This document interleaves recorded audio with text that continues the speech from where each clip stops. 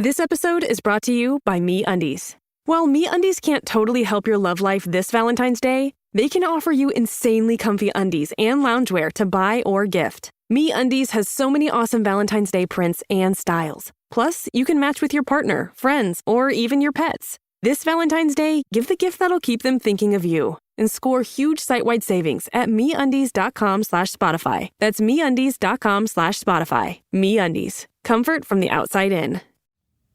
Hi, everyone. It's Meredith. I hope you're enjoying these final weeks of summer.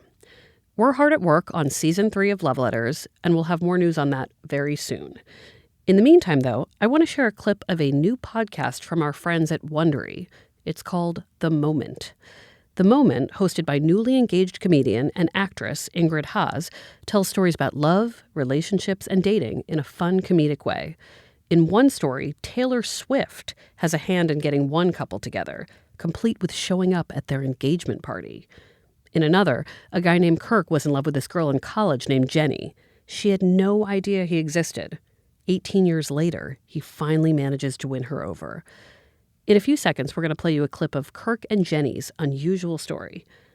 You can find The Moment on Apple Podcasts, Spotify, or wherever you're listening right now. There's also a link in the episode notes. I hope you enjoy it.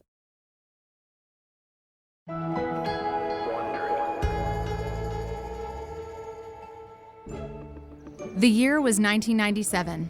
Brad Pitt and Jennifer Aniston were an item. On the sinking Titanic, Rose told Jack she'd never let go. And somewhere on campus at Dartmouth College, Kirk Spahn saw Jenny Alden for the first time. And you may know the feeling. I kind of lost it when I saw her, and it was one of those head turners, sort of gulp moments. Kirk was a history major from New York, and Jenny was studying art history and wanted to be an actress. She was from the West Coast, with long blonde hair and a bright smile. It seemed to Kirk like she had dropped in from another universe. She had just this enthusiasm and energy that was kind of infectious. When I got to my tennis team after practice, I remember asking, has anyone seen this freshman?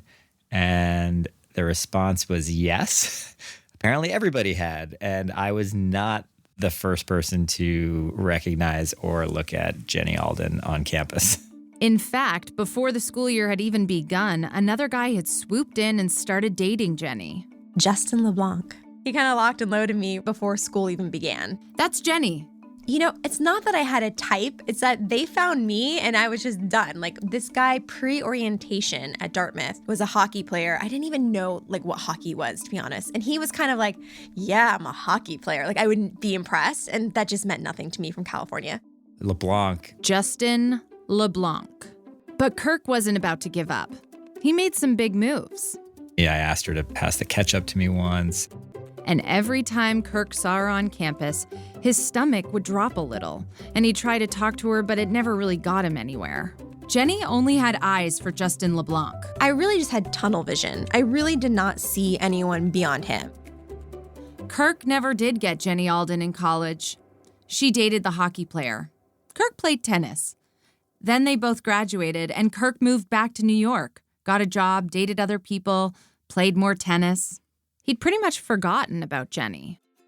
Then, years later, Kirk was with a bunch of friends in the city, and they all went to see the movie Wedding Crashers. I heard that it was the funniest movie, and then I saw this scene and there was Jenny.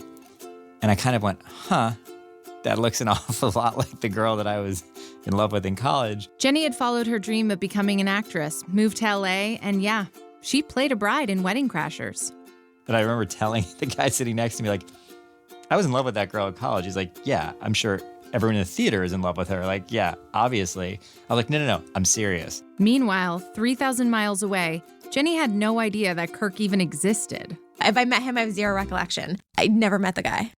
It would be 18 years before Kirk saw Jenny again in person, and it would take something bigger than ketchup and small talk to make sure that this time around, Jenny would notice him too. And of course, it wouldn't go exactly like it does in the movies. Nothing ever does.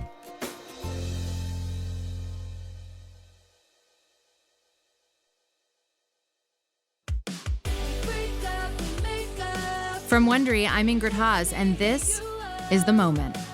Baby, I gotta ride it out with you. You've heard this one before. Boy meets girl, boy loses girl, boy wins girl back. You've probably heard it because you've seen it in the movies. But how exactly does boy win girl back? Well, it usually involves something bold. A gesture of some kind, and if it doesn't pay off, it will leave the boy flat on his face, metaphorically speaking. This is episode 1. He Got Game. Jenny and the hockey player didn't last post-college. It was another decade before Jenny would find the guy she believed was her one. The guy was in a band, had long hair, had a ton of charm. Jenny's friends set them up for drinks. That was like a really instant connection. I was just a sucker for those really confident, charismatic guys who kind of just, they knew I was the one. And that was really flattering and it felt nice and good. And, so I was like, okay, I guess this is happening. They got married. Jenny figured this was her happily ever after. The handsome husband, a beautiful house, and hopefully someday soon, a family. Obviously, the next step is kids, which is my real dream, is to have children. But 10 months after the wedding, something awful happened. Jenny was lying on a hammock when it flipped over. She hit her head on the ground. She went to the hospital just to be safe.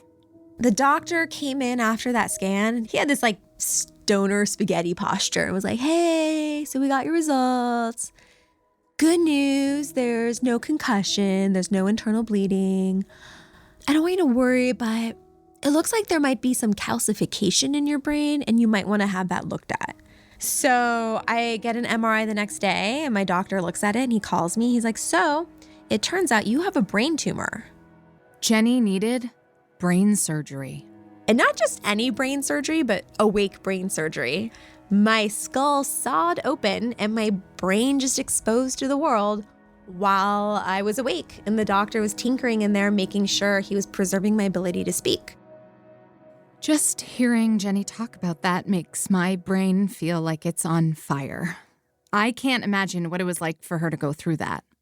But the result of the surgery was the best possible news. The tumor turned out to be benign. I hit the jackpot as far as brain tumors go. I'm super elated and high on life. I'm so just grateful to be alive. All through this extremely challenging time, Jenny wasn't getting the support she needed from the one person who should have been giving her the most, her husband. He was going out every night and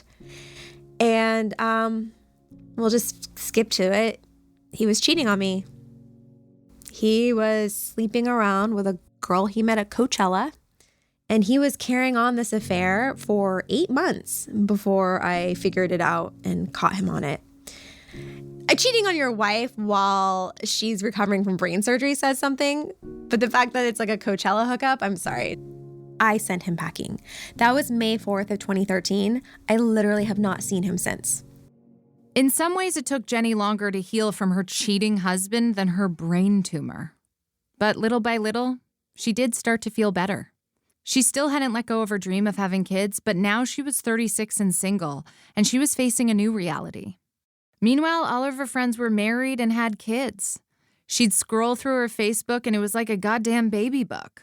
Look at my 3-year-old starting preschool, and oh my God, I'm on my 4th child now. It's kids.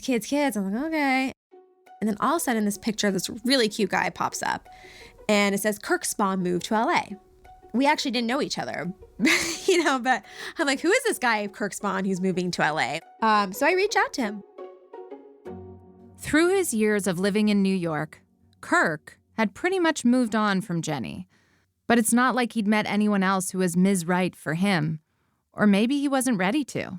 It was the old, it's not you, it's me. The thought of sort of marriage and kids was so far off. And it was kind of so focused on work, on business, on friendships, on building a sort of career and a life that was how it was. Eventually, Kirk did get engaged 2 different times to the same woman. It's amazing when you're in a relationship and people always say after the fact that there are red flags and God, why didn't you see that? I think that there was like an army of ants waving little tiny red flags. When he finally broke it off, Kirk decided he needed a fresh start somewhere new. So he started spending part of his time living in Los Angeles.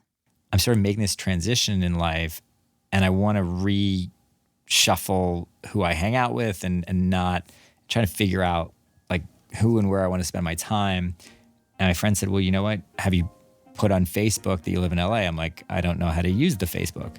And he helped me, and he wrote, Kirk Spawn moved to LA. Who do I know? Hi, you just showed up in my feed, and it seems kind of coincidental. I'm going to a Dartmouth alumni event this week. I'm just curious, any chance we knew each other?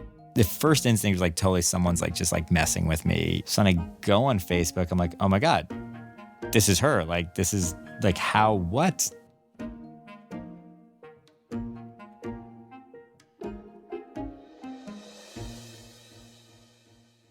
That was just a preview of the moment. To hear the rest of the story, subscribe now on Apple Podcasts, Spotify, or wherever you're listening to this right now.